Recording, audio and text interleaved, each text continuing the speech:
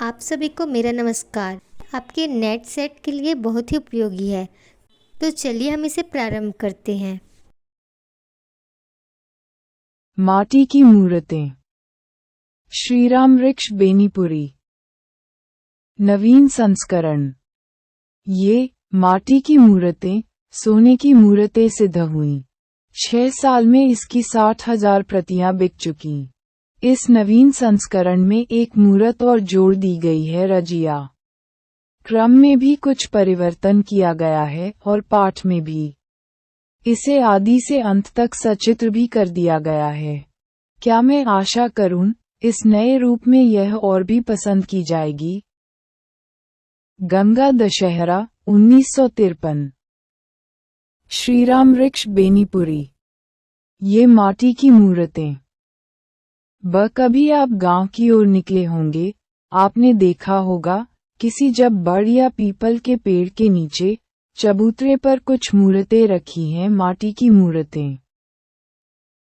ये मूर्तें न इनमें कोई खूबसूरती है, न रंगीनी। फलतः बौद्ध या ग्रीक रोमन मूर्तियों के हम शैदाई यदि उनमें कोई दिलचस्पी न लें, उन्हें देखते ही मुंह मोड़ लें, नाक सिकोड़ लें तो अचरज की कौन सी बात। किंतु इन कुरूप बदशक्ल मूर्तों में भी एक चीज है, शायद उस ओर हमारा ध्यान नहीं गया, वह है जिंदगी। ये माटी की बनी है, माटी पर धरी हैं, इसीलिए जिंदगी के नजदीक हैं, जिंदगी से सराबोर हैं। ये देखती हैं, सुनती हैं, खुश होती हैं, शाप देती हैं, आशीर्वाद देती हैं।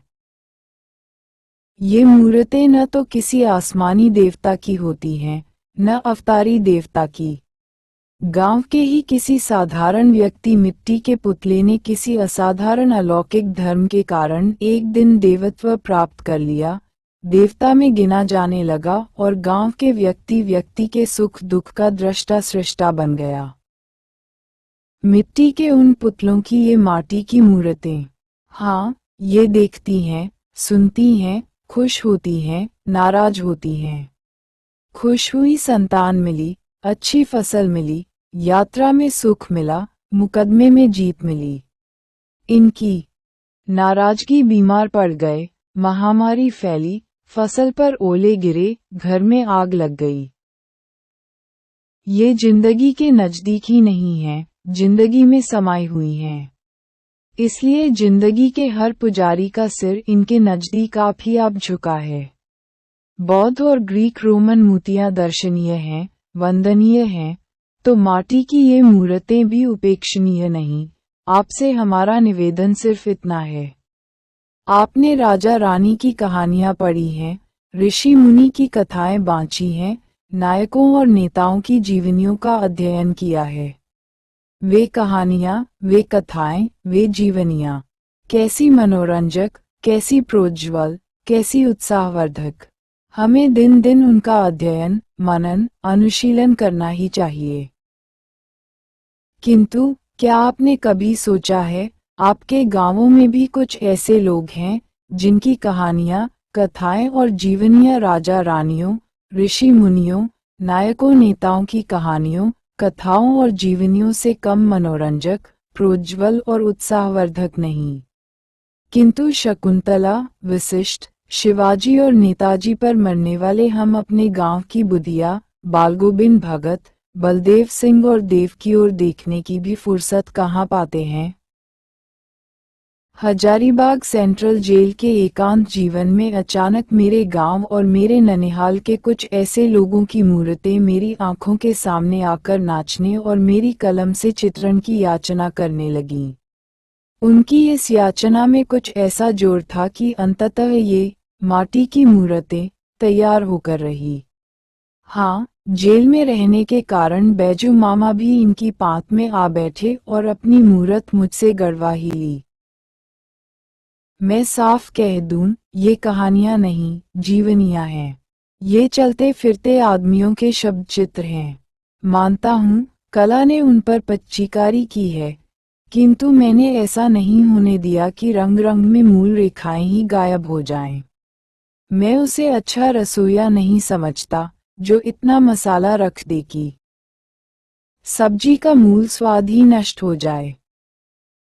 कला का काम जीवन को छिपाना नहीं, उसे उभारना है। कला वह जिसे पाकर जिंदगी निखर उठे, चमक उठे। डरता था, सोने चांदी के इस युग में मेरी ये माटी की मूर्तें कैसी पूजा पाती हैं। किंतु इधर इनमें से कुछ जो प्रकाश में आईं, हिंदी संसार ने उन्हें सिर आंखों पर लिया। यह मेरी कलम या कला की करामात नहीं, मानवता के मन में मिट्टी के प्रति जो स्वाभाविक स्नेह है, उसका परिणाम है। उस स्नेह के प्रति मैं बार बार सिर झुकाता हूँ और कामना करता हूँ, कुछ और ऐसी माटी की मूर्तें हिंदी संसार की सेवा में उपस्थित करने का सौभाग्य प्राप्त कर सकूं। दिवाली 1946। श्रीराम वृक्ष बेनीपुरी।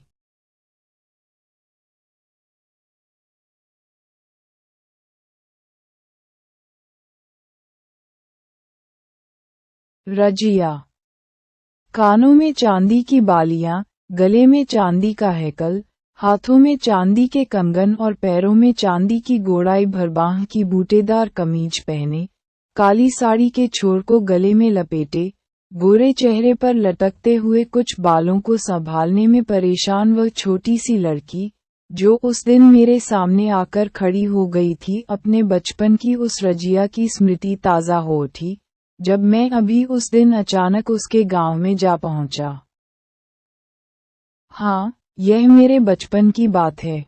मैं कसाईखाने से रस्सी तुड़ाकर भागे हुए बछड़े की तरह उछलता हुआ अभी अभी स्कूल से आया था और बरामदे की चौकी पर अपना बस्ता सिलेट पटककर मौसी से छठ में पके ठेकुए लेकर उसे कुतर कुतर कर खाता हुआ बैंकी पर झूला झूलने का मजा पूरा करना चाह रहा था कि उधर से आवाज आई, देखना, बबुआ का खाना मत छू देना। और उसी आवाज के साथ मैंने देखा, यह अजीब रूप रंग की लड़की मुझसे 2-3 गज आगे खड़ी हो गई। मेरे लिए ये रूप रंग सचमुच अजीब था। ठेठ हिंदुओं की बस्ती है मेरी और मुझे मेले पेठिए में भी अधिक नहीं जाने दिया जाता। क्योंकि सुना है, बचपन में मैं एक मेले में खो गया था। मुझे कोई औघड़ लिए जा रहा था कि गांव की एक लड़की की नजर पड़ी और मेरा उद्धार हुआ। मैं बाप माँ का इकलौता माँ चल बसी थी, इसलिए उनकी इस एकमात्र धरोहर को मौसी आंखों में जुगों कर रखती। मेरे गांव में भी लड़कियों की कमी नहीं, किंतु न उनकी यह वेशभूषा, न ये रूप रंग। मेरे गांव की कियां कानों में बालियां कहाँ डालती और भरबाह की कमीज पहने भी उन्हें कभी नहीं देखा। और गोरे चेहरे तो मिले हैं, किंतु इसकी आंखों में जो एक अजीब किस्म का नीलापन दिखता, वह कहाँ। और समूचे चेहरे की काट भी कुछ निराली जरूर, तभी तो मैं उसे एकटक घूरने लगा।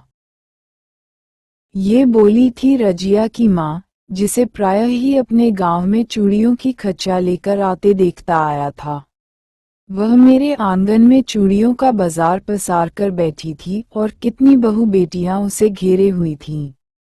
मुंह से भाव साफ करती और हाथ से खरीदारिनों के हाथ में चूड़ियां चढ़ाती वह सौदे पटाए जा रही थी। अब तक उसे अकेले ही आते जाते देखा था।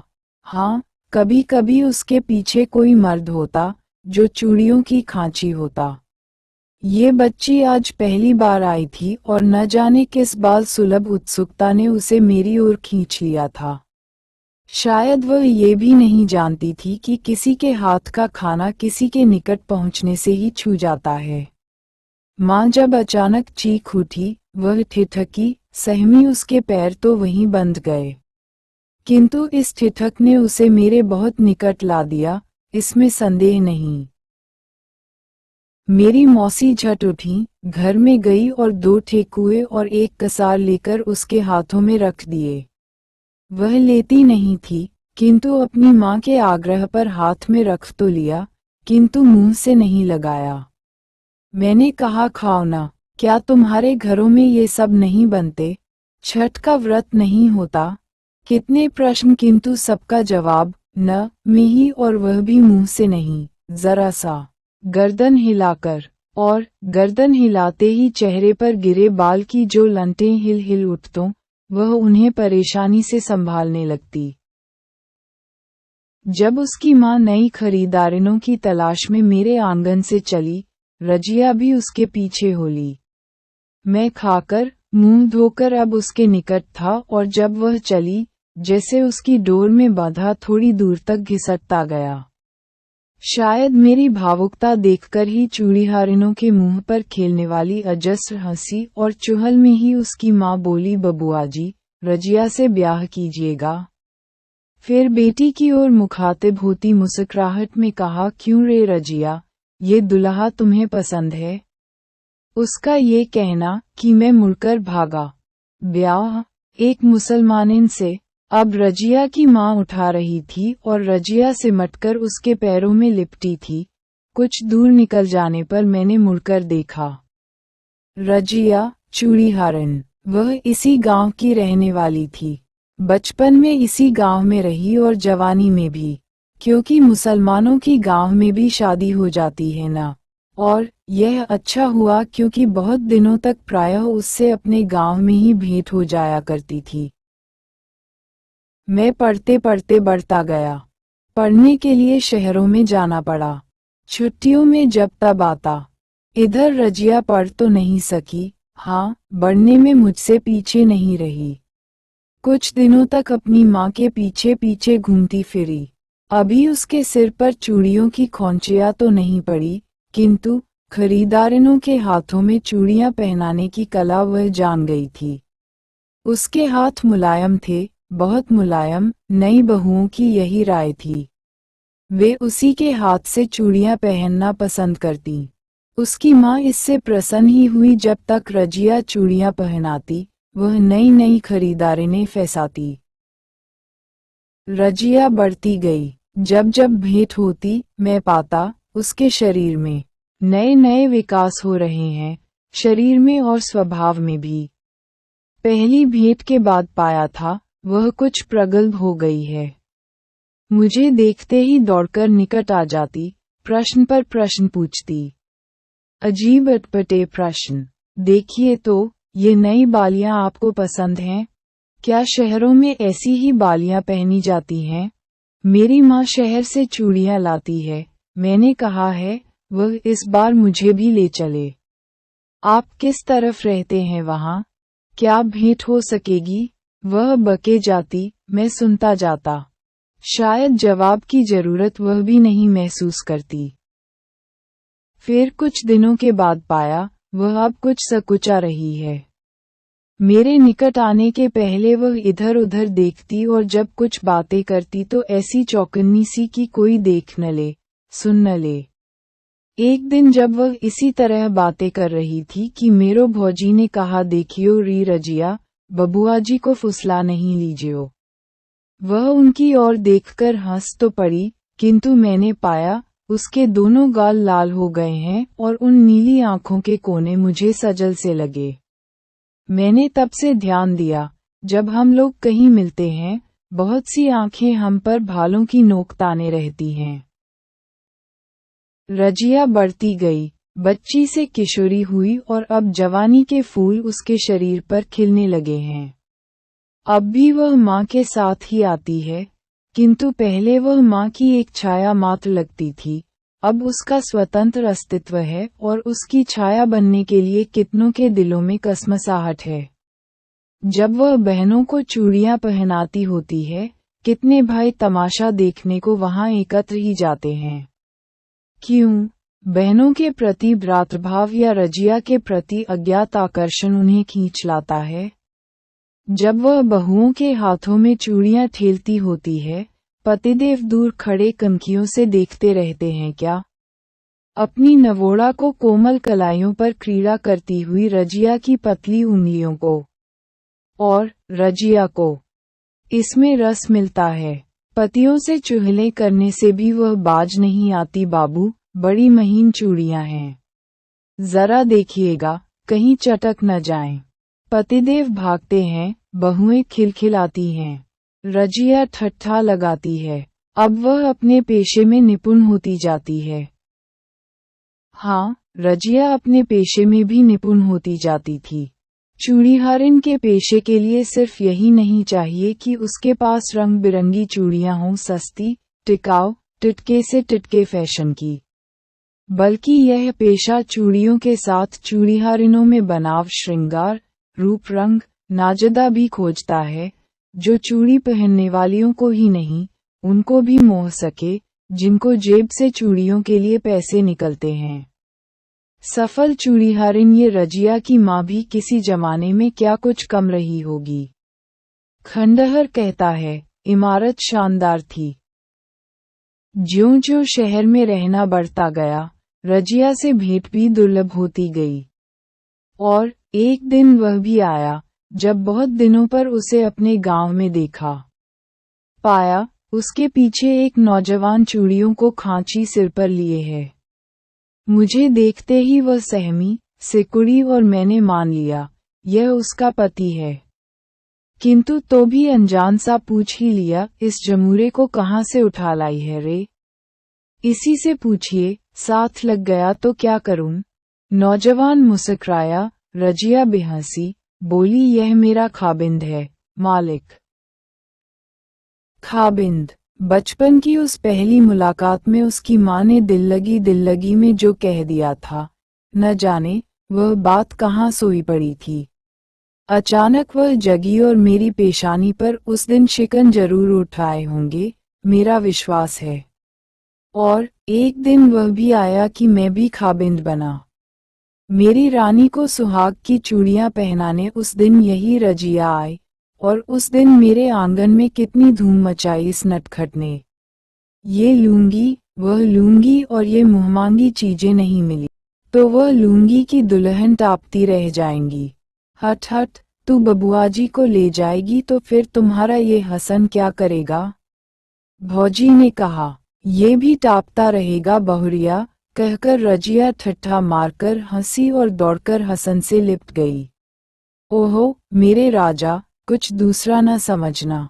हसन भी हंस पड़ा। रजिया अपनी प्रेम कथा सुनाने लगी। किस तरह ये हसन उसके पीछे पड़ा, किस तरह झंझटें आई, फिर किस तरह शादी हुई और वह आज भी किस तरह छाया सा उसके पीछे घूमता है। न जाने कौन सा डर लगा रहता है इसे।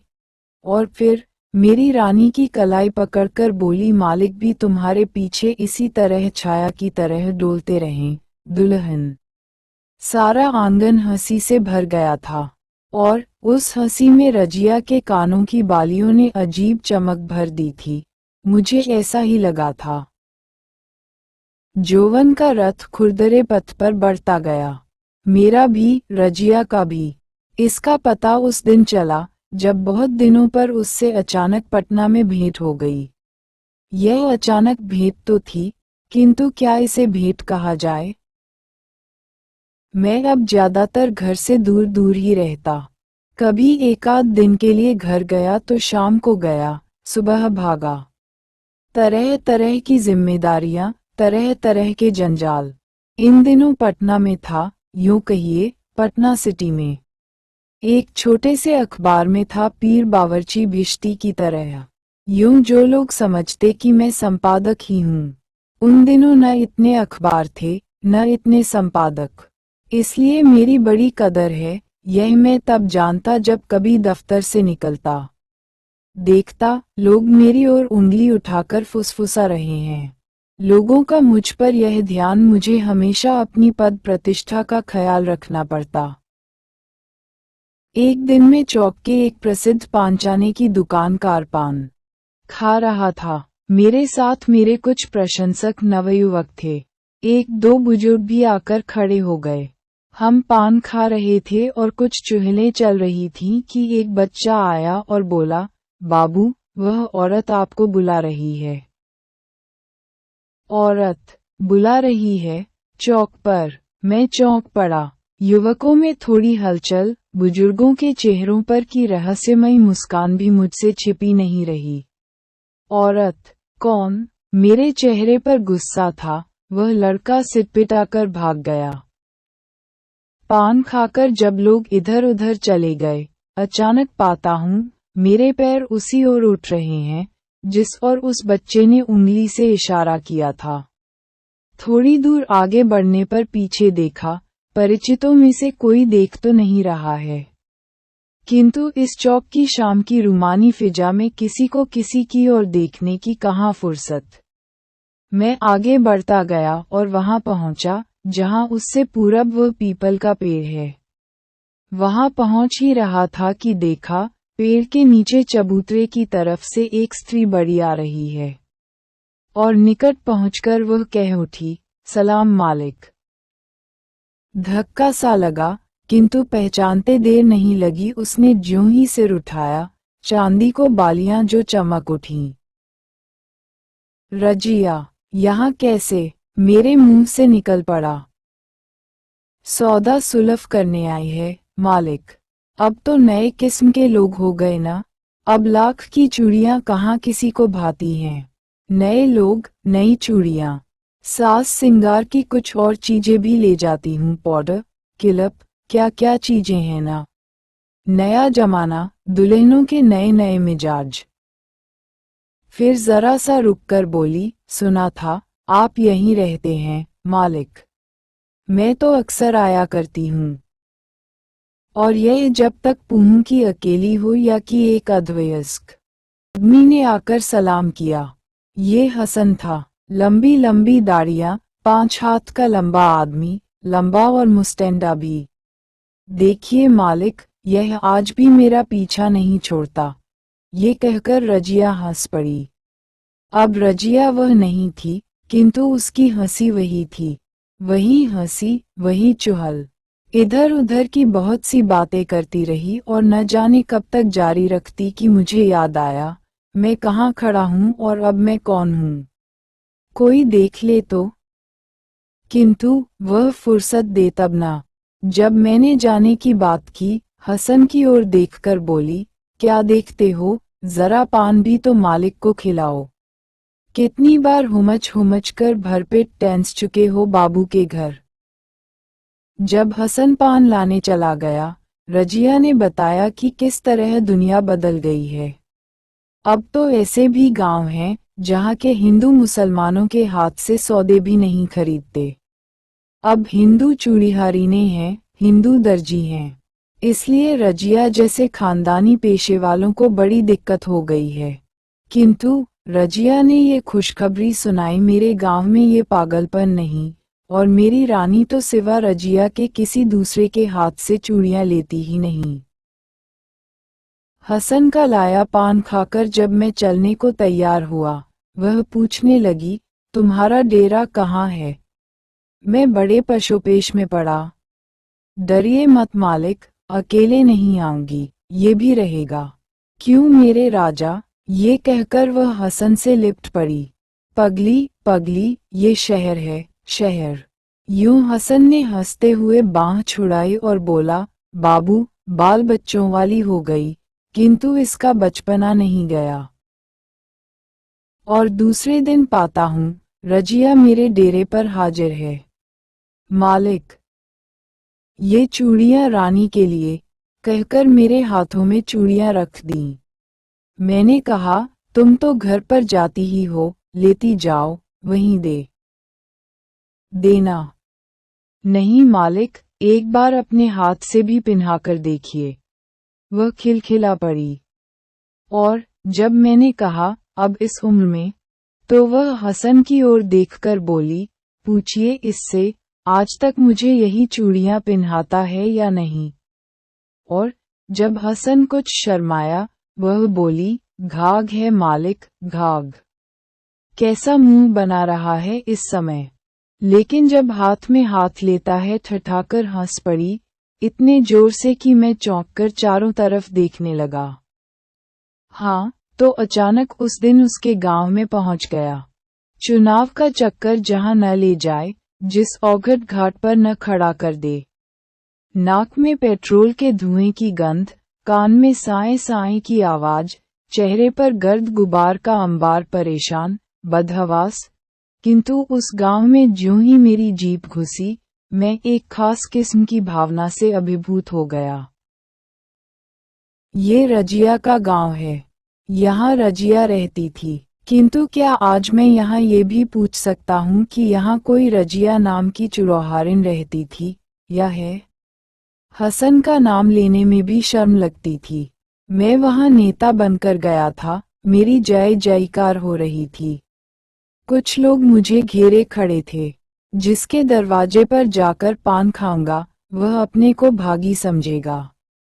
जिससे दो बातें कर लूंगा, वह स्वयं चर्चा का एक विषय बन जाएगा। इस समय मुझे कुछ ऊंचाई पर ही रहना चाहिए। जीप से उतरकर लोगों से बातें कर रहा था, या यूं कहिए कि कल्पना के पहाड़ पर खड़े होकर एक आने वाले स्वर्ण युग का संदेश लोगों को सुना रहा था, किंतु दिमाग में कुछ गुत्थियां उलझी थीं।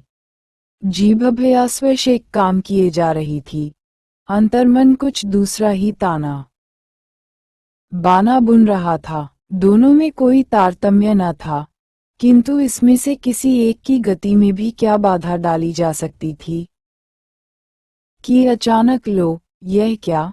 वह रजिया चली आ रही है। रजिया, वह बच्ची, अरे, रजिया फिर बच्ची हो गई। कानों में वही बालियां, गोरे चेहरे पर वही नीली आंखें, वही भरवाह की कमीज, वही कुछ लंटें, जिन्हें सैन संभालती बड़ी आ रही है। बीच में 40-45 साल का व्यवधान। अरे, मैं सपना तो नहीं देख रहा।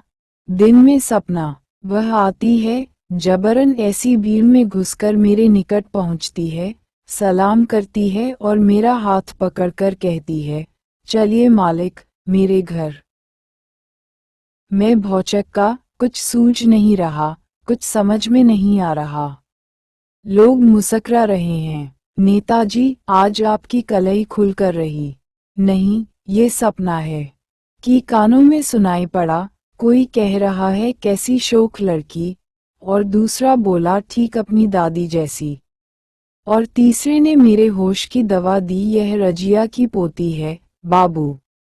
बेचारी बीमार पड़ी है। आपकी चर्चा अक्सर किया करती है। बड़ी तारीफ करती है। बाबू, फुर्सत हो तो जरा देख लीजिए, न जाने बेचारी जीती है या। मैं रजिया के आंगन में खड़ा हूँ। ये छोटे छोटे साफ सुथरे घर, ये लिपा पुता चिक्कन दूर आंगन। भरी पूरी गृहस्थी मेहनत और दयानत की देन। हसन चल बसा है, किंतु अपने पीछे 3 हसन छोड़ गया है। बड़ा बेटा कलकत्ता कमाता है, मेझला पुश्तैनी पेशे में लगा है, छोटा शहर में पढ़ रहा है। ये बच्ची, बड़े बेटे की बेटी। दादा का सिर पोते में, दादी का चेहरा पोती में। हुबहू रजिया। वह दूसरी रजिया मेरी उंगली पकड़े पुकार रही है, दादी, ओ दादी। घर से निकल, मालिक, दादा आ गए।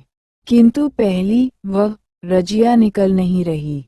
कैसे निकले? बीमारी के मैले कुचले कपड़े में मेरे सामने कैसे आवे? रजिया ने अपनी पोती को भेज तो दिया, किंतु उसे विश्वास न हुआ कि हवागाड़ी पर आने वाले नेता अब उसके घर तक आने की तकलीफ कर सकेंगे।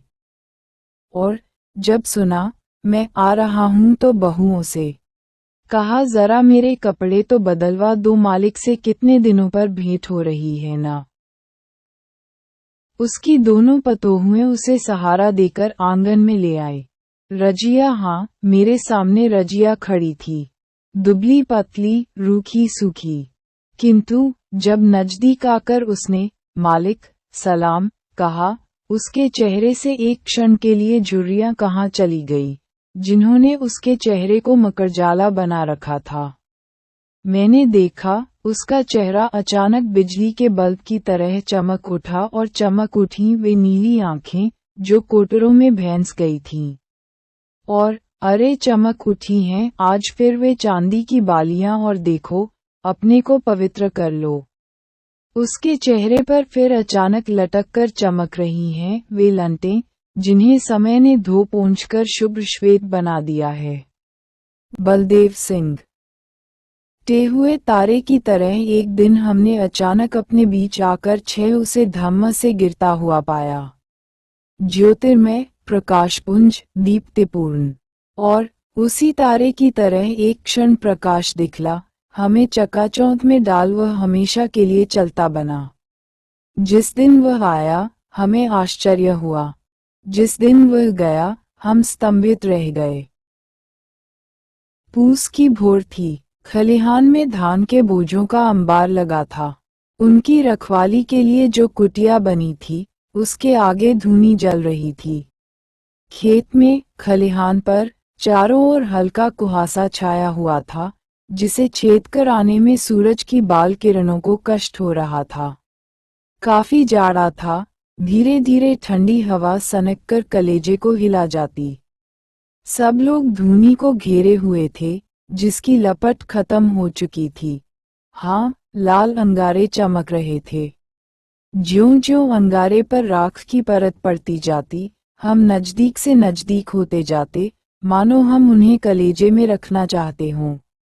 काफी निस्तब्धता थी। दौनी के लिए खलिहान के बीचों बीच जो बांस का खंभा गड़ा था, उसके धान के सीसों वाले झब्बेदार सिरे पर एक काला भुजंगा पंछी बैठा, कभी कभी चीखकर उस निस्तब्धता को भंग करने की तुच्छ चेष्टा कर रहा था। इसी समय एक नौजवान आकर दूर से ही मेरे मामा जी को देखकर चिल्ला उठा, पालागी चाचा जी। हम सबका ध्यान उसकी ओर गया। एक गबरू जवान, अभी मूंछ की मसें भीग रहीं, रंग गोरा, जिस पर बाल किरणों ने सोना सा पोत रखा था। दाहिने हाथ में बांस की लंबी लाल लाठी, बड़ी सजीली, घने पोवाली, गाव दुमसी उतार वाली। बाएं हाथ में लोटा लिए वह शौचादी से लौट रहा था। बादामी रंग का, मोटिए का जो लंबा खलीता कुर्ता पहन रखा था, उसके भीतर से उसके शरीर का गठीलापन और सौंदर्य फूटा पड़ता था। ओ बलदेव, तुम कब आए? बहुत दिनों पर दिखाई दिए। पूरब कमाते हो, खुश रहो, लेकिन हम लोगों को भी तो मत भूलो। शायद 2 बरस पर आए हो। यूं ही मामाजी ने उससे पूछताछ की। बड़ी आजिज़ी से उसने क्षमा मांगी, फिर बोला, चाचा जी, अब सोचा है, यहीं रहूंगा। बहुत दुनिया देखी, मन कहीं न लगा। ननिहाल से भी जी ऊब गया। ये पुश्तैनी जमीन जैसे डोर लगाकर खींचती रहती है। सोचता हूँ, अब आप लोगों की सेवा में ही जिंदगी गुजारूं। नवयुवकों को जब मालूम हुआ बलदेव सिंह यहीं बसेंगे, उनके आनंद का ठिकाना न रहा। बलदेव सिंह के पिता भरी जवानी में मरे, बलदेव तब छोटे से बच्चे थे। उनकी माँ उन्हें लेकर मायके चली गई और तब से वह बेचारी वहीं है। जवान होने पर बलदेव पूरब जाने लगे। वहां बंगाल में किसी राजा के दरबार में पहलवानी करते। काफी पैसे मिले। अब उन्हें अपनी पुश्तैनी जमीन की याद आई थी। वह घर जो खंडहर बना था, फिर एक बार आबाद हुआ। गांव में उनके आने से नई जान आ गई, जवानी आ गई। अखाड़ा खुद गया, उसमें कुश्तियां होने लगीं। भोर में कुश्तियां, शाम को पट्टेबाजी, गतका, लाठी चलाना आदि। पेठिया के दिन बलदेव सिंह शिष्य मंडली के साथ सदल बल चलते देखते ही बनता। आगे आगे बलदेव सिंह जा रहे हैं। पैरों में बूट, जो बंगाल से ही लाए थे। कमर में धोती, जिसे कच्छे की तरह अजीब ढंग से पहनते। वह घुटनों से थोड़ा ही नीचे जाती, घुटनों के नजदीक उसमें चुन्नट होती, जिससे चलते समय लहराती रहती। लंबा कुर्ता गर्दन की बगल में, जिसमें एक ही घुंडी। कुर्ता काफी घेरदार, बाह का घेरा इतना बड़ा कि हाथी का पैर समा जाए उसमें। गले में सोने की छोटी छोटी ठोस ताबीजों की पंक्ति, जिसमें कुछ चौकोर और कुछ चंद्राकार। सिर पर कलंगीदार मुरेठा, जिसका एक लंबा छोर उनकी पीठ पर झूलता। हाथ में सरसों का तेल और कच्चा दूध पिला पिलाकर पोसी पाली गई, लाल सुर्ख लंबी लाठी, या कभी कभी वह मोटा डंडा, जिसमें कुर्ते के नीचे कमर में लटकती हुई गड़ासे की फली बात में फिट करके वह साक्षात यम बन सकते थे। अपनी ताकत और हिम्मत का उन्हें इतना विश्वास था कि झूमते हुए, सिर ऊंचा किए, छाती ताने, शेर की तरह चलते। आगे आगे वह, पीछे पीछे इसी बंठन और रूप रंग में उनकी शिष्य मंडली होती। रास्ते में, पेठिया में, उनका सुंदर सुडौल शरीर देखकर किसकी आंखें न निहाल हो उठती। शरीर में इतनी ताकत, लेकिन स्वभाव कैसा बच्चों सा निरीह, निर्विकार। चेहरे पर हमेशा हंसी खेलती रहती। सबके साथ नम्रता से पेश आते। कभी गुस्सा उनमें देखा नहीं गया। सबकी सेवा करने को सर्वदा प्रस्तुत। बच्चे उन्हें देखते ही लिपट जाते। बूढ़ों की आंखें हमेशा उन पर आशीर्वाद बरसाती। जवानों के तो वह देवता बन चुके थे। उन दिनों हिंदू मुसलमानों की तनातनी नहीं थी। दोनों दूध चीनी की तरह घुले मिले थे। हिंदू की होली में मुसलमानों की दाढ़ी रंगी होती, मुसलमानों के ताजिए में हिंदू के कंधे लगे होते। ताजिए के दिन थे। मेरे गांव में भी ताजिया बना था, यद्यपि एक भी मुसलमान वहां नहीं। एक बूढ़े मौलवी साहब बुलाए गए थे, जो उसके धार्मिक कृत्य कर लेते। हमें सरोकार था सिर्फ ताजिए के निकट हो हल्ला मचाने से। शाम हुई, जल्द जल्द खा पीकर सब लोग एकत्र हुए। ताशे बज रहे, लकड़ी खेली जा रही, गदके भांजे जा रहे, पट्टेबाजी हो रही। लाठियों के खेल, तरह तरह के शारीरिक करतब। औरतें और बच्चे मरसिया के नाम पर शोर मचा रहे। खेल कूद में आधी आधी रात बीत जाती। ताजिए के पहलाम का दिन आया। गांव से दूर राजपूतों की एक बस्ती में रन सजता। वहीं जवार भर के ताजिए इकट्ठे किए आते। लोगों की अपार भीड़, तरह तरह के रंगीन कपड़ों की चकमक, बूढ़े जवान, बच्चे, औरतें। तरह तरह के मारू बाजे बज रहे, मरसिए की मीठी धुन में, या अली का गगनभेदी स्वर। दिशाएं कांपती, आसमान थर्राता, कलेजे उछलते। जवार भर के जवानों का तो यही दिन था। बन उनके आए हुए हैं। कहीं कुश्तियां हो रही हैं, कहीं मेंढे लड़ाए जा रहे हैं। कहीं लाठी, गदके और लकड़ी में हाथ की करामातें दिखाई जाती। देखते देखते दर्शकों का दल दो मतों में विभाजित हो जाता। कोई एक को शाबाशी देता, कोई दूसरे को। दोनों अपने अपने होरी को विजय चाहते।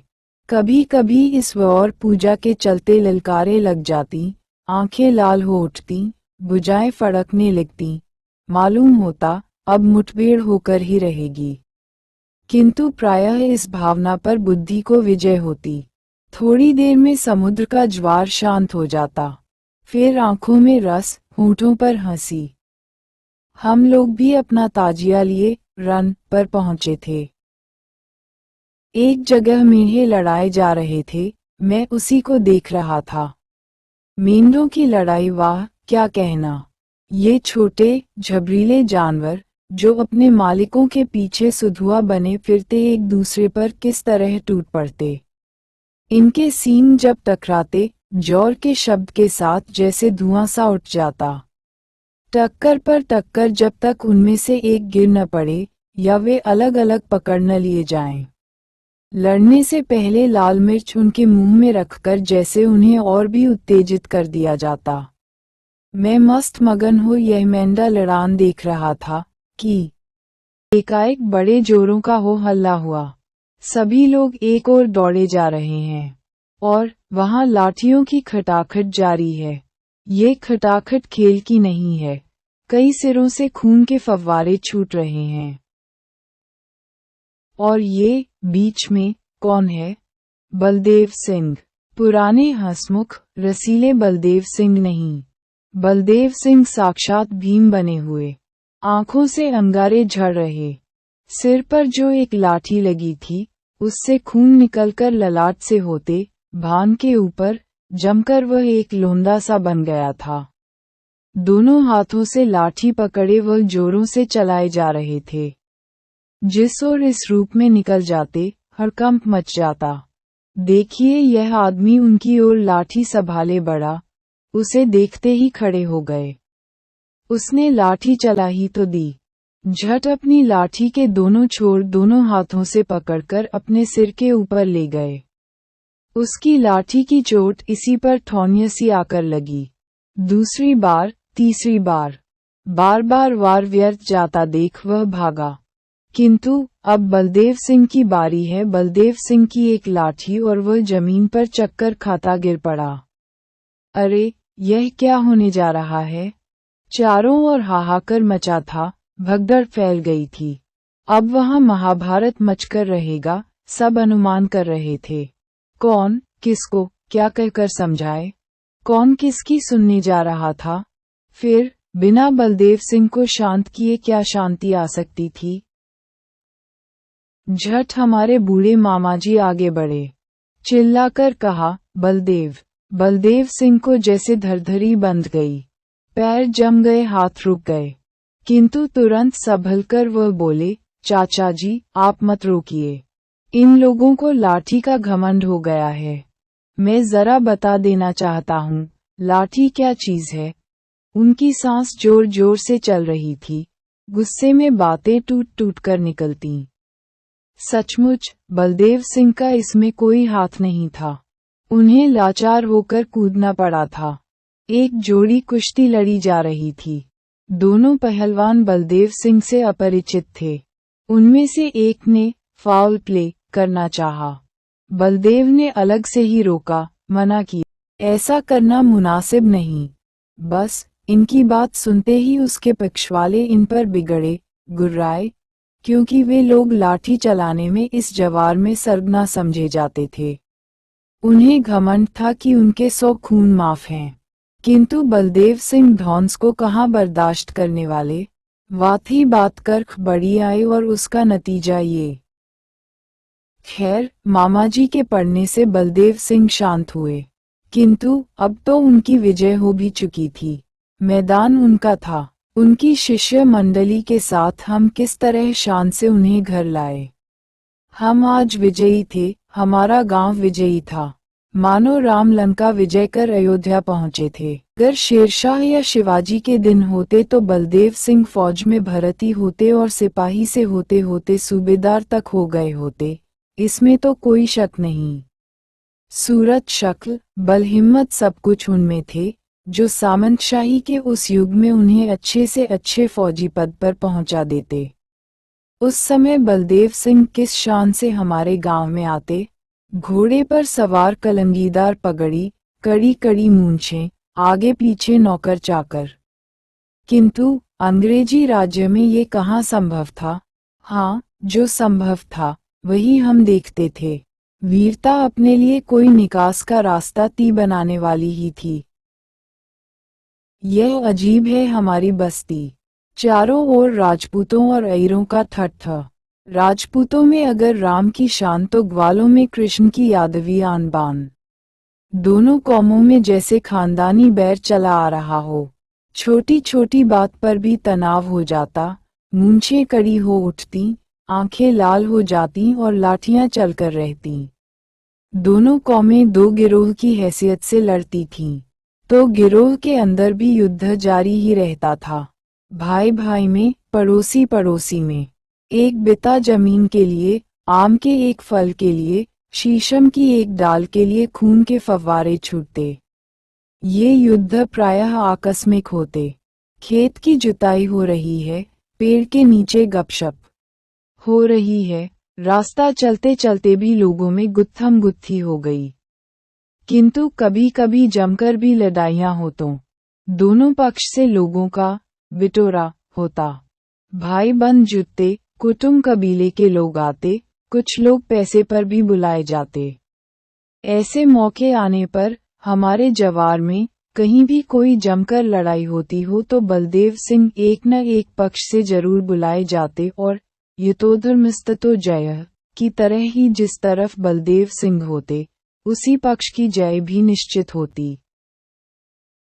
एक बार इस तरह का एक धर्मयुद्ध देखने का मौका मुझे भी मिला। बिसुनपुर में दो भाई क्षत्रिय थे।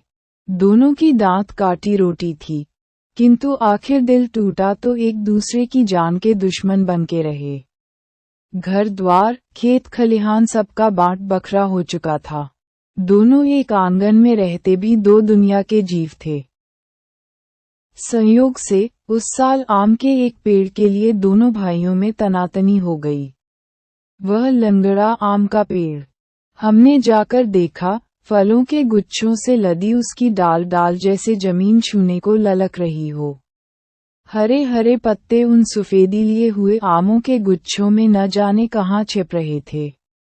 काफी पुराना पेड़ था, खूब फैल गया था और हर साल अच्छा फल भी देता था, किंतु इस साल तो वह द्रौपदी की चीर बनकर महाभारत मचाने आया था। फिर ये ललचाने वाला वेश वह क्यों न धारण कर ले। कहते हैं ये पेड़ बच चुका था, छोटे भाई की बाँट में पड़ा था। जी कई साल से उसके फल का उपभोग कर रहा था, किंतु बड़े भाई के लड़के ने हिसाब लगाकर देखा, यह आम का पेड़ तो मेरे हिस्से का है, धोखे से चाचा जी को मिल गया है। पेड़ों की गिनती, खतियान, सबको वह अपने पक्ष में पेश करता। किंतु यहाँ खतियान से क्या होने वाला है? अगर तुम्हारा है तो मर्द के बेटे हो, चढ़ के आओ, फल तोड़ लो, खाओ। नहीं तो लुगाई के आंचल में मुंह रखकर सो। सीधा तर्क, सीधी बात। इसके जवाब में एक दिन तय कर दिया गया, अगले सोमवार को डंका बजा के हम फल तोड़ेंगे। चुप चोरी जो काम करे, उसको ऐसी तैसी। दिन तय हुआ, घड़ी तय हुई। दोनों तरफ से घिटोरा होने लगा। बलदेव सिंह के पास भी दोनों पक्षों से निमंत्रण आने लगे, किंतु यहाँ तो कृष्ण जी की टेक थी, जो खुद मेरे पास पहले आएगा, उसका साथ दूंगा। ये चिट्ठी पत्री क्या चीज। बड़े भाई का बेटा एक दिन घोड़े पर पहुंचा। उससे बातचीत हो ही रही थी कि छोटे भी पहुंचे, किंतु तब तक बलदेव सिंह वचन दे चुके थे। दूसरे दिन सशिष्य मंडली व बिसुनपुर जा पहुंचे। आज ही युद्ध होने वाला है, लड़ाइयों से दूर ही रहना चाहिए, क्योंकि प्रायः निर्दोष भी उसमें फंस जाते, पिट जाते हैं। बड़े बूढ़ों की इस आज्ञा की अवहेलना करके भी कुतूहलवश मैं दर्शकों की उस भौड़ में शामिल हो गया, जो भिन्न भिन्न दिशाओं से बिसुनपुर जा रहे थे। बिसुनपुर उस दिन कुरुक्षेत्र बना हुआ था। बीच में वह आम का पेड़ निश्चय निद्वंद्व खड़ा है। दो और दोनों प्रतिद्वंद्वियों की जमात जुड़ी है। भालों की फलियां धूप में चमचम कर रही हैं, गेंदा से दिन में भी चांद से चमक रहे हैं, फरसे परशुराम की याद दिलाते हैं। लाठियां उछल रही हैं धामिन सांप की तरह। हाँ, तलवार की बहुत ही कमी थी, क्योंकि उस पर अंग्रेजी राज की शनि दृष्टि पड़ चुकी थी। पर लठैतों का कहना था, जो मार भाले और फरसे की होती है, वह तलवार को कहाँ। मैं उनके तर्कों पर नहीं भूला था। मेरी विस्मय विमुग्ध आंखें तो इन तैयारियों को देख रही थीं। रह रहकर जय ध्वनियां होतों, ललकारें उठती। जब तब आल्हा के कुछ कड़खे भी सुनाई पड़ते। बोलो महावीर स्वामी की जय, कहकर दोनों पक्ष के योद्धा आम की ओर बढ़े। दर्शकों के कलेजे धक धक करने लगे। अरे, कुछ देर में ही इनमें से कुछ मर चुके होंगे, कुछ घायल पड़े होंगे। उफ, मेरे मुंह से अच्छी तरह निकल भी नहीं पाई कि देखा, बड़े भाई के पक्ष में सबसे आगे बलदेव सिंह हैं। सबसे आगे बलदेव सिंह, उनके दोनों बाजू मेरे ही गांव के उनके दो प्रधान शिष्य।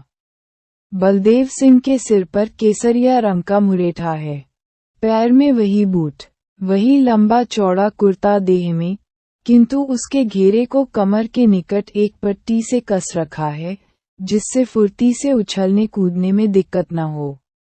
उनकी धोती तो प्रायः ही हाफ पैंट का काम करती। चेहरा कैसा लाल भभूका बन रहा था।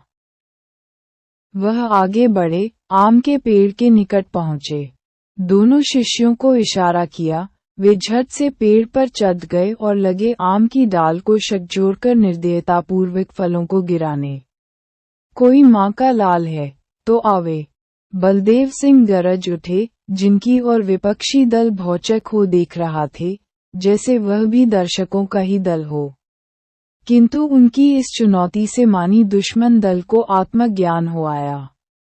फिर क्या था, दोनों दलों में गुत्थम गुत्थी शुरू हो चली।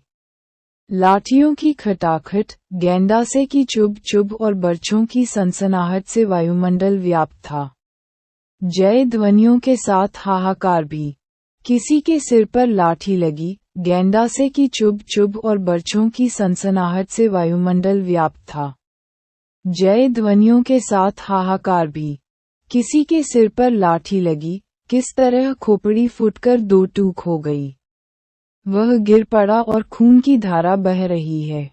किसी के पेट में भाला चुभा, भाले की फली के साथ ही उसकी अंतड़ी बाहर आ गई है। अंतड़ी को दोनों हाथों से पकड़े वह आंधा पड़ा है। जो हाथ 1 मिनट पहले लाठी भांज रहा था, गेंडासे के एक ही वार ने उसे शरीर से अलग कर दिया है। वह रक्तसिक्त जमीन पर अब भी रह रहकर उछल जाता है। चारों ओर खून, चौक। मेरी तो आंखें बंद हो गईं। जब आंखें खुली तो सारा किस्सा खत्म है। बड़े भाई का कब्जा उस पेड़ पर हो चुका है। उस कब्जे में बलदेव सिंह का बड़ा हाथ था। मैं अपने इस होरी को देखना चाहता था, किंतु मालूम हुआ, पुलिस सुपरिंटेंडेंट साहब अब, जब तमाशा खत्म हो चुका है, तशरीफ लाए हैं और लोगों ने बलदेव सिंह को वहां से हटा दिया है। बलदेव सिंह, विजय तुम्हारी, अब तो रुपयों का खेल है। तुम हटो, अब काम मेरा है, बड़े भाई के बड़े साहबजादे ने कहा और चलते समय बलदेव सिंह के गले में एक मुहरमाला डाल दी। और उसी बलदेव सिंह की यह लाश हमारे सामने पड़ी है। सिर चूर चूर, जैसे भुर्ता बना दिया हो।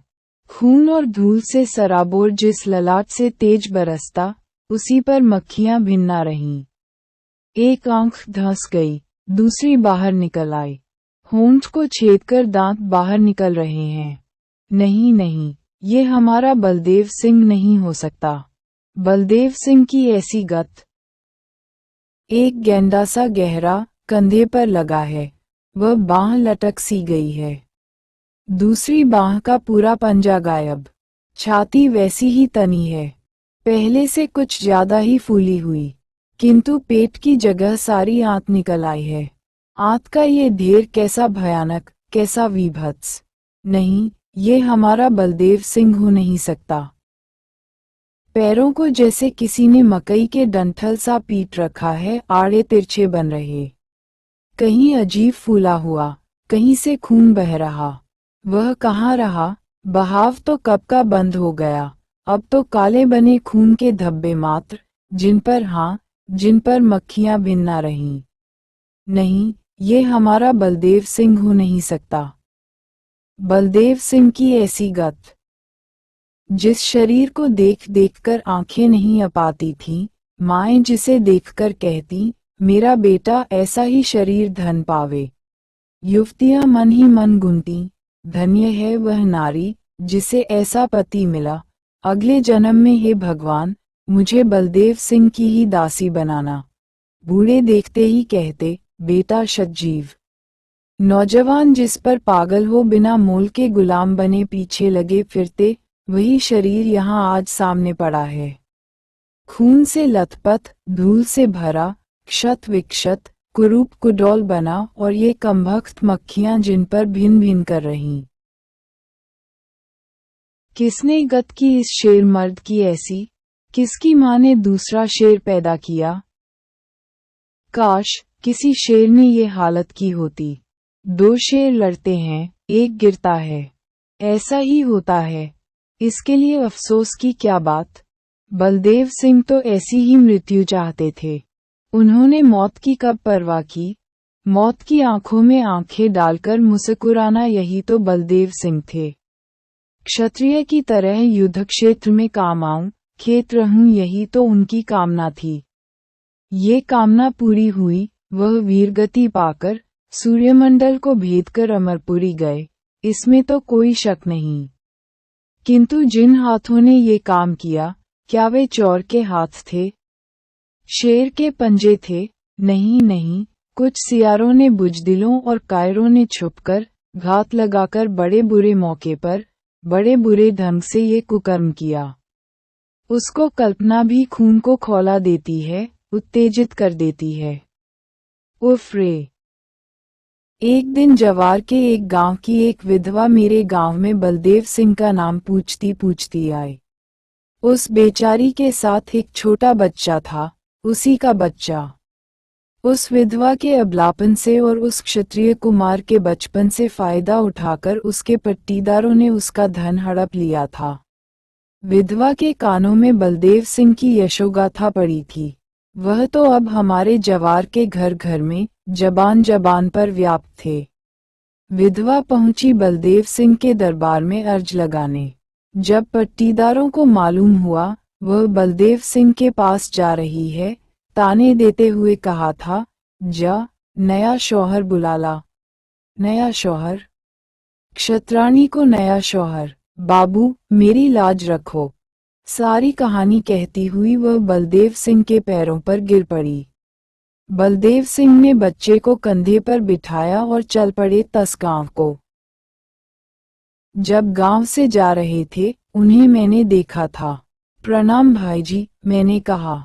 चेहरे पर गुस्से की छाप स्पष्ट थी, किंतु स्वाभाविक हंसी हंसते हुए आशीर्वाद दिया और कहा, एक अबला की रक्षा में जा रहा हूँ। बबुआ, 2-4 दिनों में लौटता हूँ। बलदेव सिंह नहीं लौटे, लौटी है उनकी यह लाश। वहां जाते ही उन्होंने पट्टीदारों को चुनौती दे दी। दूसरे दिन विधवा के छीने हुए एक खेत पर हल भी चढ़ा दिए। कोई नहीं बोला। कौन बोलता? एक के बाद दूसरे खेत विधवा के कब्जे में आने लगे। बहुत दिनों की गई अमराई पर अब उसका कब्जा था। उस बगीचे की एक लीची की डाल में झूला डालकर उस क्षत्रिय कुमार को बलदेव सिंह झुलाते रहते। जो लोग विधवा के पट्टीदारों के डर से कल बोलते नहीं थे, अब वे ही बलदेव सिंह को शाबाशी देते हुए उस छोटे से बच्चे से अपना पुराना नाता जोड़ते, क्योंकि अब वह विधवा अबला नहीं थी। पिता खोकर उस बच्चे ने एक धर्म का पिता पा लिया था। बलदेव सिंह के साथ उनके कुछ शिष्य भी गए थे। अब मामला पूरी तरह शांत हो चला। उस गांव के भी काफी लोग उनके पक्ष में आ गए। तब उन्होंने एक एक करके अपने शिष्यों को वहां से रवाना कर दिया। बेचारी विधवा पर ज्यादा खर्च का बोझ क्यों रहने दें। अंततः एक दिन तय किया, अब मैं भी जाऊंगा। और वह कल नहीं देख सके। उनकी आदत थी, चहुत सवेरे, बिल्कुल मुहंधेरे शौच को जाते। गांव से काफी दूर निकल जाते।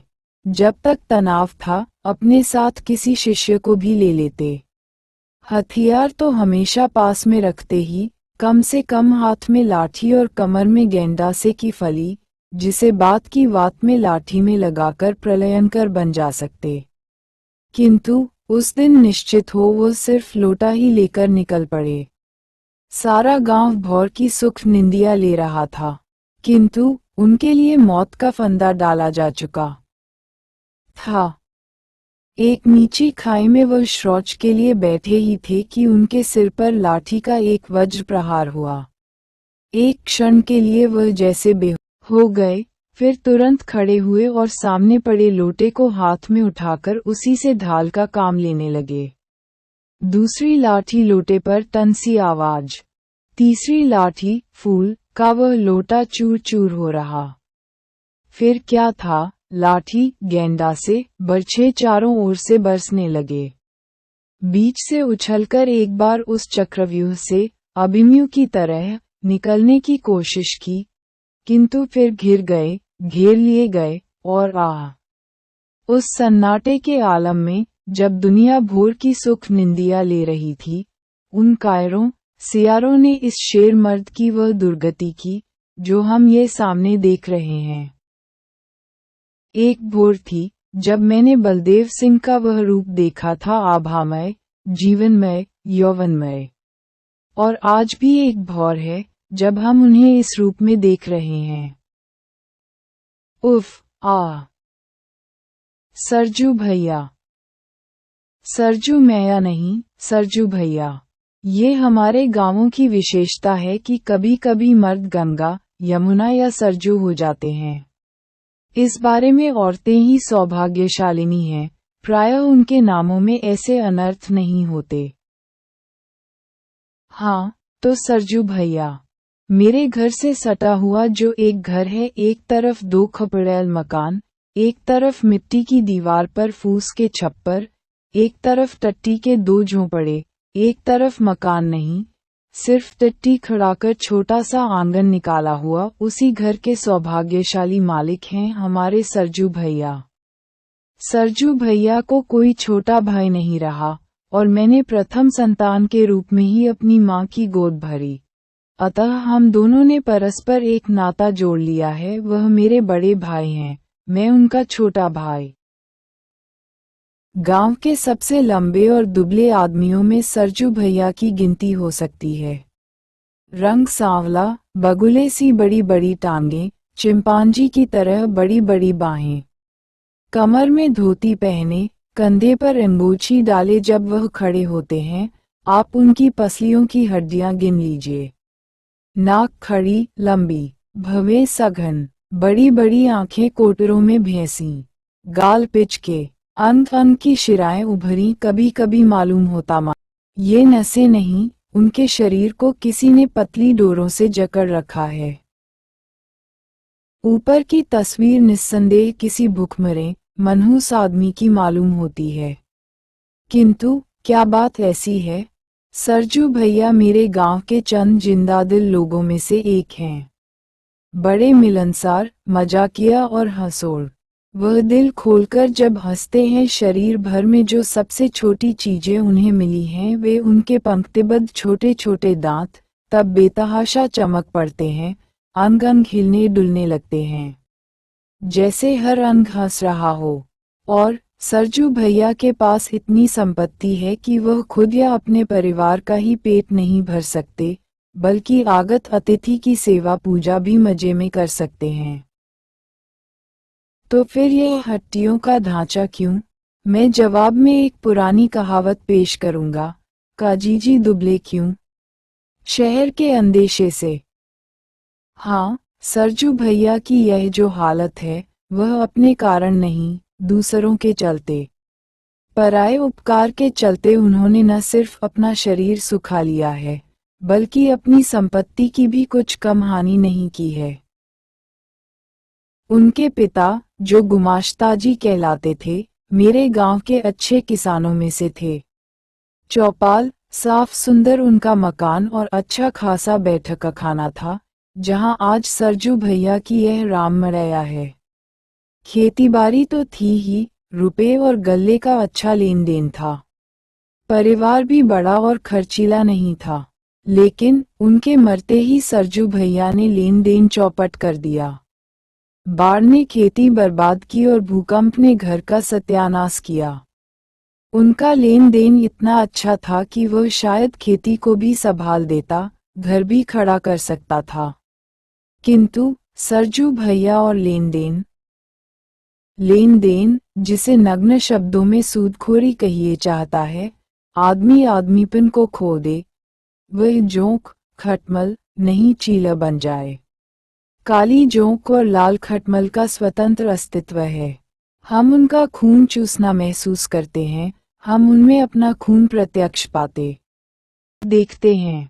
लेकिन चीला, गंदे कपड़े में, उन्हों सा काला कुचैला रंग लिए वह चुपचाप पड़ा रहता है और हमारे खून को यूं धीरे धीरे चूसता है और तुरंत उसे अपने रंग में बदल देता है कि उसका चूसना हम जल्द अनुभव नहीं कर पाते, और अनुभव करते भी हैं तो जरा सी सुगबुगी या ज्यादा से ज्यादा चुनचुनी मात्र, और अनुभव करके भी उसे पकड़ पाने के लिए तो कोई खुरदबीन ही चाहिए।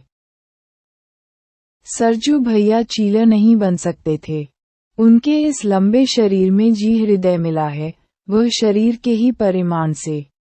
जो भी दुखिया आया, अपनी विपदा बताई, उसे देवता सा दे दिया, और वसूलने के समय जब वह आंखों में आंसू लाकर गिड़गिड़ाया तो देवता ही की तरह पसीज गए। सूद कौन कहे, कुछ ही दिनों में मूल धन भी शून्य में परिणत हो गया। उल्टे अब वह खुद हाथ हथफेर में व्यस्त रहते हैं।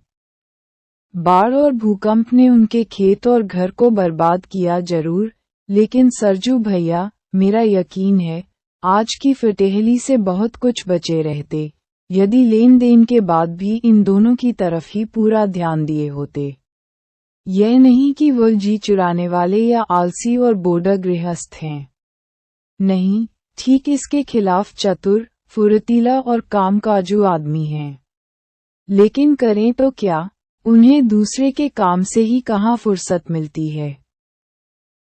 गंगा भाई के घर में बच्चा बीमार है, वैद्य को बुलाने कौन जाएगा सरजू भैया। हृदय को बाजार से कई सौदा सुलफ लाना है, वह किसे भेजे सरजू भैया को। खबर आई है रामकुमार के मामाजी अपने गांव में सख्त बीमार हैं, उनकी खोज खबर कौन लाए सरजू भैया से बढ़कर कौन दूसरा धावन होगा। परमेश्वर को एक रजिस्ट्री करनी है, शिनाख्त कौन करेगा सरजू भैया। किसी के घर में शादी ब्याह यज्ञ जाप हो और सरजू भैया अस्त व्यस्त। किसी की मौत हो जाने पर यदि वह अंधेरी रात में हो तो निश्चय ही कफन खरीदने का जिम्मा सरजू भैया पर रहेगा। यूं गांव भर के लोगों का बोझ अपने सिर पर लेकर सरजू भैया ने न केवल अपने खेत और घर को मटियामेट किया है, बल्कि इस उम्र में अपनी कमर भी झुका ली है। दिन हो या रात, चिलचिलाती दोपहरिया हो या अंधेरी अधरतिया, सरजू भैया के सेवा सदन का दरवाजा हमेशा खुला रहता है। विक्टर ह्यूगो ने अपनी अमर कृति ला मिजरेबल में कहा है, डॉक्टर का दरवाजा कभी बंद नहीं रहना चाहिए और पादरी का फाटक हमेशा खुला होना चाहिए। सरजू भैया को निस्संदेह इन दोनों का रुतबा अकेले हासिल है। मेरे क्षुद्र विचार से सरजू भैया का व्यक्तित्व अनुकरणीय ही नहीं, वंदनीय, पूजनीय है। जब जब उन्हें देखता हूँ, मेरा ज्ञानी मस्तक आप से आप उनके चरणों में झुक जाता है। लेकिन मेरे मन में सबसे बड़ी चोट लगती है तब जब देखता हूँ इस नर रत्न की कद्र कहाँ तक होगी। बहुत से लोग इन्हें सुधुआ समझकर ठगने की चेष्टा करते हैं। यदि यही बात होती तो भी बर्दाश्त की जा सकती, लेकिन यही नहीं, इन्हें जब तब इंझटों में डालने की कोशिश होती है। और यदि अकस्मात झंझट में पड़ जाते हैं तो उससे निकलने की क्या बात, इनके तड़पने का तमाशा देखने में लोग मजा अनुभव करते हैं। अभी थोड़े दिनों की बात है, एक दिन सरजू भैया मेरे सामने आकर खड़े हुए। मैं कुछ पढ़ रहा था, सिर नीचा किए ही कहा, बैठिए भैया। किंतु भैया बैठेंगे क्या, उनकी तो धिग्धी बंधी है और आंखों से आंसू आ रहे हैं। दोबारा कहने पर भी जब नहीं बैठे तो उनकी ओर नजर उठाई। उनका चेहरा देख दंग रह गया। मैं सन, क्या बात है ये। बहुत आश्वासन और आग्रह पर उनकी जीभ हिली। मालूम हुआ उनके घर में एक छोटी सी घटना हो गई है, जैसी घटनाएं अपने ही गांव में मैंने कई बार होते देखी हैं। लेकिन किसी ने उस ओर ध्यान नहीं दिया। यदि जरूरत हुई तो उन्हें सुलझा दिया और यदि किसी ने उसे बढ़ाना चाहा तो लोगों ने उसको डांट दिया। क्यों? क्योंकि वे घटनाएं ऐसे घरों में हुई थीं जिनके पास न सिर्फ लक्ष्मी बल्कि दुर्गा भी है, पैसे भी और लाठी भी। लेकिन सरजू भैया ने तो लोगों के लिए ही अपनी यह हालत कर रखी है। न वह किसी पर धन का धौंस जमा सकते हैं, न डंडे फटकार सकते हैं। फिर क्यों न उन्हें तड़पाया जाए, रुलाया जाए। मैंने उन्हें आश्वासन दिया, उन्हें धैर्य हुआ, वह चले गए। लेकिन रात भर लोगों की इस कृतघ्नता ने मुझे चैन से सोने न दिया। सुधुआप से ठगे जाने की एक कहानी। बहुत दिन हुए, मैं किसी जरूरत में था और कुछ रुपए के लिए परेशान था। सरजू भैया के पास कुछ रुपए थे। मेरी बेचैनी वह कैसे देखते। वह रुपए ले आए, मैंने खर्च कर दिया, लेकिन आज तक दे नहीं सका। रुपए तो आए, लेकिन एक आया दो का खर्च लेकर।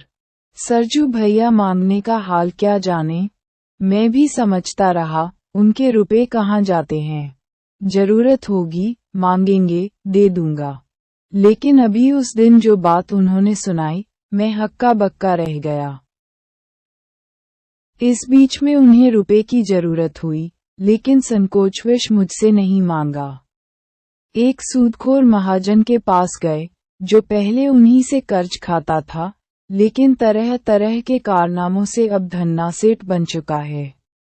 उसने झट उन्हें रुपए दे दिए, लेकिन जब चलने लगे, कहा, आपके पास रुपए जाएंगे कहाँ, लेकिन कोई सबूत तो चाहिए ही। क्या सबूत? मैं तैयार हूँ। सरजू भैया रुपए बांध चुके थे, न उन्हें खोलकर लौटाया जा सकता था और न वह उसकी मांग को नामंजूर कर सकते थे। नहीं, कुछ नहीं, कागज पर सिर्फ निशान बना दीजिए। आपसे बाजाब्ता हैंडनोट क्या कराया जाए?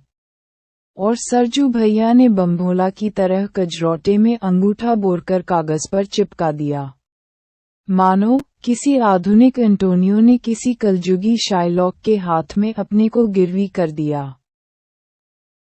अब वह कहता है, जल्द रुपए दे दो, नहीं तो मैं नालिश कर दूंगा। और नालिश कितने की करेगा, कौन ठिकाना? सरजू भैया बेचारगी में बोल रहे थे और मैं उनका मुंह आश्चर्य से देख रहा था। आपने ऐसी गलती क्यों कर दी? लेकिन इसके अलावा इसका जवाब वह क्या दे सकते थे कि क्या करूं? रुपए बांध चुका था। सरजू भैया के 5 संतानें हुई, लेकिन बेटियां ही बेटियां।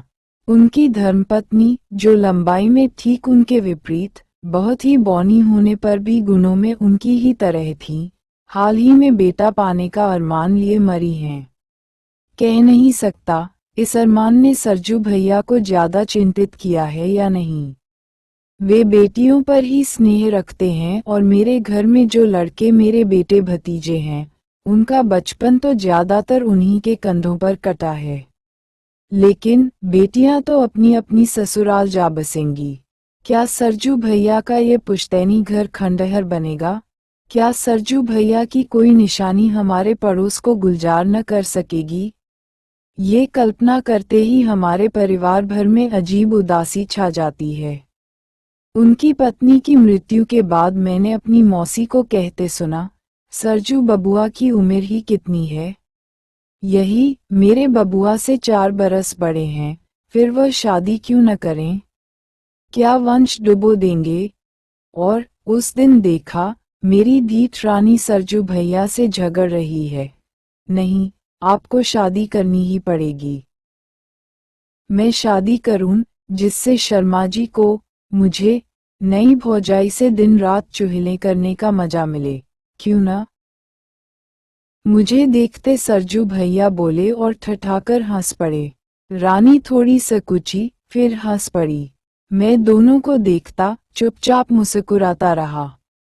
मंगर, कट्टा शरीर, कमर में भगवा, कंधे पर हल, हाथ में पैना, आगे आगे बैल का जोड़ा। अपनी आवाज के हाथ से ही बैलों को भगाता, मेरे खेत की ओर सुबह सुबह जाता। जब से मुझे होश है, मैंने मंगर को इसी रूप में देखा है, मुझे ऐसा लगता है। हाँ, मुझे याद आता है, हल के बदले कभी कभी मुझे भी उसके कंधे पर चढ़ने का सौभाग्य मिल चुका है। लेकिन ऐसे मौके बहुत कम आए हैं, क्योंकि न जाने क्यों, मंगर को बच्चों से वह स्वाभाविक स्नेह नहीं, जो उसके जैसे लोगों में प्रायः देखा जाता है। उसे देखकर बच्चे भागते ही रहे हैं और आज जब मंगर अशक्य, जर्जर हो चुका है, बच्चे हैं, मानो इसका बदला चुकाने को अपनी छोटी छड़ियों से उसे छेड़कर भागते हैं। और जब वह झल्लाता, उन्हें मारने के लिए अपनी बुढ़ापे की लकुटियां खोजता या खींचकर गालियां बकने लगता है, तो वे खिलखिला पड़ते और मुंह चिढ़ाने लगते हैं। बच्चों से उसकी वितृष्णा क्यों हुई? शायद इसलिए तो नहीं कि उसे जो एक ही बच्चा नसीब हुआ, वह कमाऊ पूत बनने के पहले ही उसे दगा देकर चल बसा। और जो उसकी एक बच्ची थी, सो लूली, और जिसकी शादी में उसने इतनी दरियादिली दिखलाई, लेकिन एक बार मुसीबत काटने उसके दरवाजे वह पहुंचा तो दामाद ने ऐसी बेरुखी दिखलाई कि मंगर का स्वाभिमान उसे वहां से जबरदस्ती भगा लाया। मंगर का स्वाभिमान गरीबों में भी स्वाभिमान, लेकिन मंगर की खूबी यह भी रही है, मंगर ने किसी की बात कभी बर्दाश्त नहीं की और शायद अपने से बड़ा किसी को मन से माना भी नहीं। मंगर मेरे बाबा का अदब करता था, शायद उनके बुढ़ापे के कारण। सुना है, मेरे बाबूजी को वह बहुत चाहता था, शायद उनके नेक स्वभाव के कारण। किंतु मेरे चाचाओं को तो उसने हमेशा अपनी बराबरी का ही समझा, और मुझे तो वह कल तक तू ही कहकर पुकारता रहा है।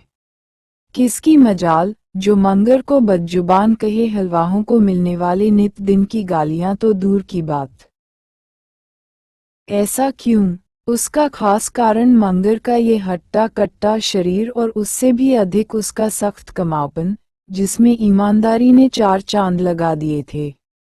जितनी देर में लोगों का हल 10 कट्ठा खेत जोतता, मंगर 15 कट्ठा जोत लेता, और वह भी ऐसा महीन जोतता कि पहली चास में ही सिराव मिलना मुश्किल। मंगर को ये बताने की जरूरत नहीं कि कल किस खेत में हल जाएगा। वह शाम को ही सारे खेतों की आर घूम आता और जिसकी ताक होती, वहां हल लिए सुबह सुबह पहुंच जाता। जुताई के वक्त किसी की देखरेख की भी जरूरत नहीं। आम हलवाहों के पीछे किसान जो लट्ठा लेकर पड़े रहते हैं, और तो भी वे जी चुराते, ढिलाई करते, आज का काम कल के लिए छोड़ते, यह आदत मंगर में थी ही नहीं। यूं ही रखवाली चाहे हरी फसल की हो या सूखी पसी की, खलिहान में चाहे बोझों की सील हो या अनाज की रास, मंगर पर सब छोड़कर निश्चिंत सोया जा सकता था। दूसरा ऐसा जन मिलेगा कहाँ? फिर क्यों न उसकी कद्र की जाए। मेरे बाबा कहते थे, मंगर हलवाहा नहीं है, सर्वांग है। वह अपने सवान की तरह ही कभी कभी रूठ जाता था और जब तब लोगों को झिड़क भी देता था। उसकी झिड़क सबके सिर आंखों पर, उसका रूठना और उसकी मनौती होती। कभी कभी बातें कुछ बढ़ भी जाती। एक दिन काफी कहा सुनी हो गई। दूसरी सुबह मंगर हल लेने नहीं आया। इधर से बुलाहट भी नहीं गई। रुपए हैं, तब हलवाहे न होंगे। कोई नया हलवाहा लेकर जोता गया। उधर कोई दूसरा किसान आकर मंगर से बोला, मंगरू देख, उन्होंने दूसरा हलवाहा कर लिया है। उन्हें रुपए हैं, 1000 हलवाहे मिलेंगे, तो तेरे भी शरीर है, 1000 गृहस्थ मिलेंगे। चल, हमारा हल जोत, तू जो कहेगा, मजदूरी दूंगा। लेकिन मेरा सिर जो दर्द कर रहा है।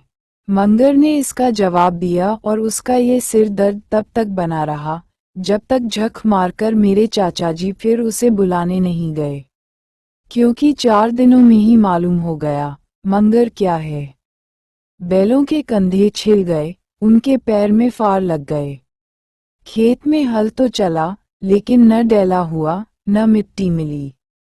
फिर खेत की आड़ पर बैठे दिन भर हलवाहे को टुकारी देते रहिए, तब कहीं 10 कट्ठा जमीन जुते। मंगर के बिना काम चल नहीं सकता। चाचाजी उसके दरवाजे पर खड़े हैं। मंगर भीतर घर में बैठा है। मंगर की अर्धांगिनी भकौलिया ने कहा, मालिक खड़े हैं, जाओ, मान जाओ। कह दे, मेरा सिर दर्द हो रहा है। मंगर ने चाचाजी को सुनाकर कहा, मालिक जरा इनके सिर पर मालकिन से तेल दिला दीजिएगा। भकौलिया हंसती हुई बोली, तू मुझसे दिल लगी करती है। मंगर के स्वर में नाराजी थी। मंगर, चलो, आपस में कभी कुछ हो ही जाता है, माफ करो। चाचाजी के स्वर में आरजू मिन्नत थी। जाए, उसी से जुतवाए, जिससे 4 दिन जुतवाया है। मुझे ले जाकर क्या होगा? आधी रोटी की बचत भी तो होती होगी। यूं ही नोक-झोंक, मान मनोवल। फिर मंगर अपना हलवाही का पैना हाथ में लिए आगे आगे और चाचाजी पूछे पीछे। यह आधी रोटी की बचत क्या? इसे समझा आपने? इसे मंगर का खास इजारा समझिए। जहां गांव भर में हलवाही को 1 रोटी मिलती, मंगर के लिए 1.5 रोटी जाती। वह भी रोटी सुअन की हो और अच्छी पकी हो, उस पर कोई तरकारी भी जरूर हो, क्योंकि मंगर किसी का कच्चा नमक नहीं खाता। मंगर की सभी शर्तें पूरी होती। लेकिन ये 1.5 रोटी वह खुद खाता, ऐसा आप नहीं समझें। क्या अपनी अर्धांगिनी के लिए लाता? नहीं, आधी के 2 टुकड़े कर दोनों बैलों को खिला देता। यूं, यह आधी रोटी फिर मेरे ही घर आती, लेकिन इसमें कोई काट कपट हो नहीं सकती थी। महादेव मुंह तारके और मैं खाऊं, ये कैसे होगा? मंगर के लिए ये बैल नहीं, साक्षात महादेव थे। एक आध बार बात बहुत बढ़ गई तो मंगर मेरा गांव छोड़कर चला गया। लेकिन गांव में रहते उसने दूसरे का परिहत नहीं पकड़ा। दूसरे गांव में भी वह जम नहीं सका। तब तीसरा गांव देखा और अंत में मारा मारा फिर मेरे गांव लौटा। शायद मेरे घर जैसा कद्दां उसे कहीं नहीं मिला। मंगर का स्वभाव रूखा रहा है। किसी से लल्लो चप्पो नहीं, लाए लपटाई नहीं। दो टूक बातें, चौट्रक व्यवहार। तो भी न जाने क्यों, मंगर मुझे शुरू से ही स्नेह की नज़र से देखता रहा है। शायद इसीलिए कि मेरे बाबूजी उसे बहुत मानते थे। अब भी कहता है, मालिक, ये हमारे मंझले बाबू, वह मरे, मेरी तकदीर फूटी। और शायद इसलिए भी कि मैं बचपन से ही टुआ हूँ। माँ मर गई, पिताजी चल बसे। तभी तो उसने अपना पवित्र कंधा मुझे दिया। और जब कुछ बड़ा हुआ, मैं ननिहाल जाने आने और रहने लगा तो याद आता है, मंगर ही मुझे वहां पहुंचाता। मैं एक छठी घोड़ी पर सवार, मंगर सिर पर सौगात की चीजें और मेरी किताबें लिए, घोड़ी की लगाम पकड़े आगे आगे। जहां नीच ऊंच जमीन होती, कहीं मैं घोड़ी से गिर न जाऊं, बगल में आकर एक हाथ से मुझे पकड़ भी लेता। उसके बलिष्ठ हाथों के उस कोमल स्पर्श का अनुभव आज भी कर रहा हूं। ज्यों-ज्यों बड़ा होता गया, घर से मेरा संबंध टूटता गया। बकौल मंगर, मैं तो अपने ही घर का मेहमान बन गया। लेकिन जब जब 2-4 दिनों के लिए घर जाता, मंगर को उसी रूप और उसी पेशे में देखा करता। कपड़ों से मंगर को वहशत रही है। हमेशा कमर में भगवा ही लपेटे रहता। उसे धोतियां मिली हैं। गोवर्धन पूजा के दिन हर साल एक नई धोती लिए बिना वह बैल के सींगों में लटकन बांधता क्या। यूं भी बाबा और चाचा साल में जब तब पुरानी धोतियां दिया करते। घर में शादी ब्याह होने पर उसे लाल धोतियां भी मिली हैं। मेरी शादी में मंगर के लिए नया कुर्ता भी बना था। लेकिन धोतियां हमेशा उसके सिर का ही श्रृंगार रहीं, जिन्हें वह मुरेठे की तरह लपेटे रहता। और कुर्ता, जब मेरी किसी कुटमैती में वह संदेश लेकर जाता, तभी उसकी देह बैंकता। यूं, साधारणतः वह हमेशा नंग धड़ंग रहता और मैं कहूँ, मुझे उसका शरीर उस रूप में बहुत ही अच्छा लगता। आज एक कलाकार की दृष्टि से कहता हूँ, मंगर को खूबसूरत शरीर मिला था।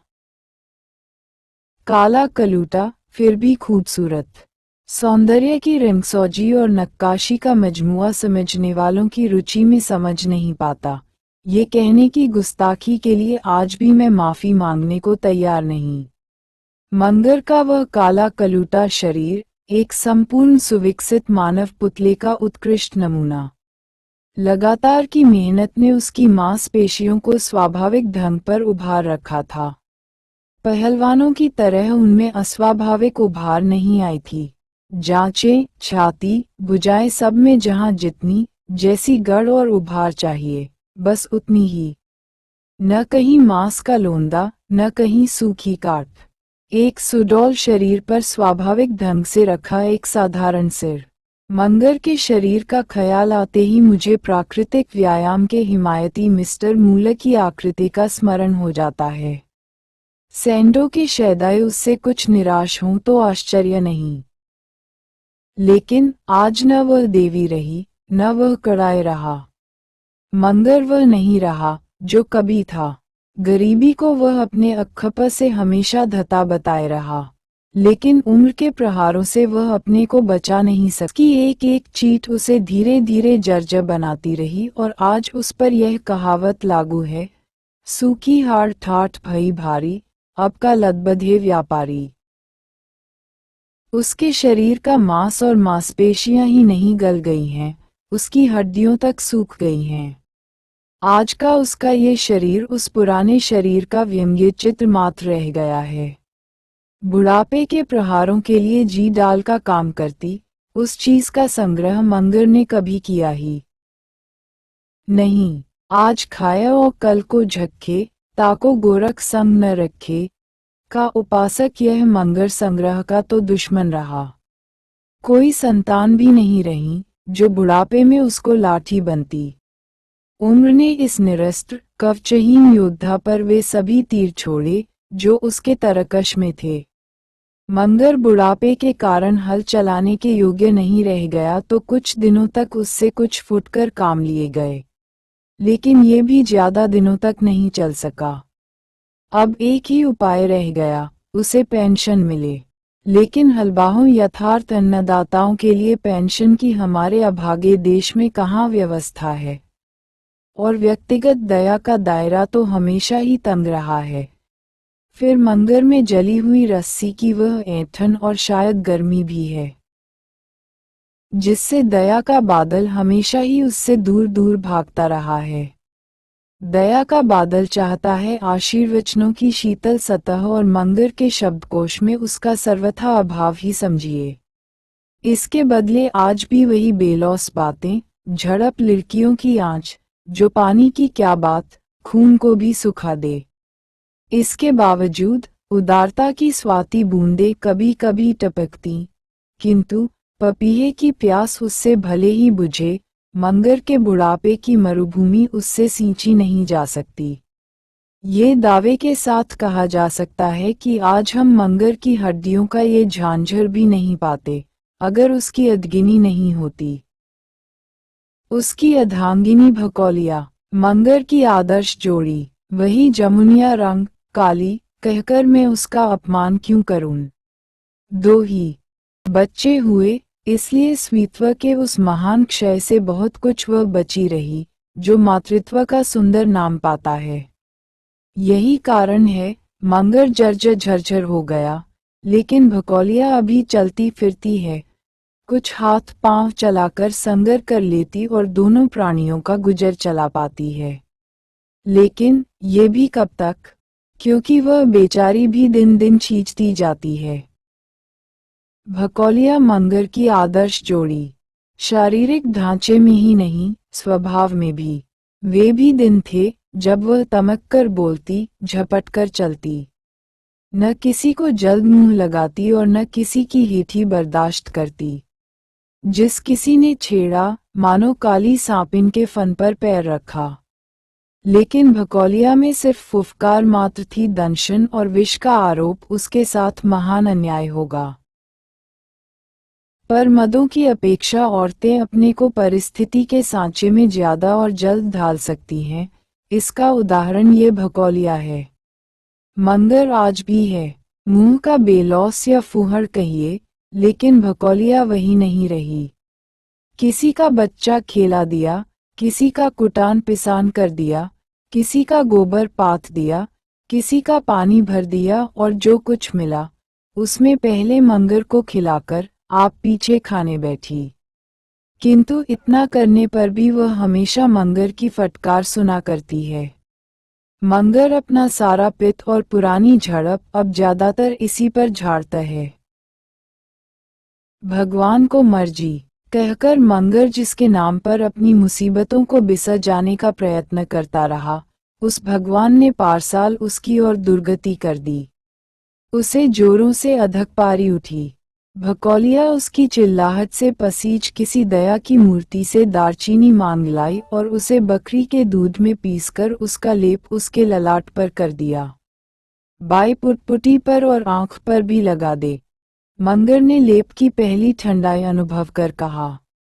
भकौलिया हुक्म बजा लाई, लेकिन यह क्या, जहां जहां लेप था वहां अजीब जलन शुरू हुई। जख्म में बदली और जख्म ने उसकी एक आंख ले ली। जब मैं घर गया, बबुआजी, मेरी एक आंख चली गई। मैं काना हो गया, कहकर मंगर रोने लगा। शायद मंगर को मैंने यही पहली बार रोते देखा। मैं उसे ढांस दे रहा था, लेकिन मेरा हृदय और विपदा अकेली कब रही? पिछले माघ में मैं घर पहुंचा। सुबह धूप निकल आई थी, लेकिन अपने चिर अभ्यास के अनुसार मैं आंखें मूंदे रजाई से लिपटा पड़ा था। थोड़ी थोड़ी देर पर कुछ गिरने की सी धम धम की आवाज होती। रजाई मुंह से हटाकर आंखें खोलीं। देखा, सामने पुआल के टाल के नजदीक एक काला सा अस्थि पंजर बार बार खड़ा होने की कोशिश करता और गिरता है। यह क्या? चौंक कर उठा, उस ओर बढ़ा। ये तो मंगर को अधांग मार गया है। देखा, आंखें सजल हो उठी। निकट गया, उसे संभाला। फिर कहा, मंगर, पड़े क्यों नहीं रहते? ये कैसी चोट लग रही होगी? पड़े पड़े मन ऊब जाता है, बबुआ, मंगर ने जवाब दिया। उफ, नसें ढीली पड़ गईं, खून का सोता सूख गया। लेकिन मानो अब भी उसमें तरंगें उठतों और किसी सूखे सागर की तरह बालू के तट पर सिरधुन पछाड़ खा गिर गिर पड़ती हैं। कैसा करुण दृश्य!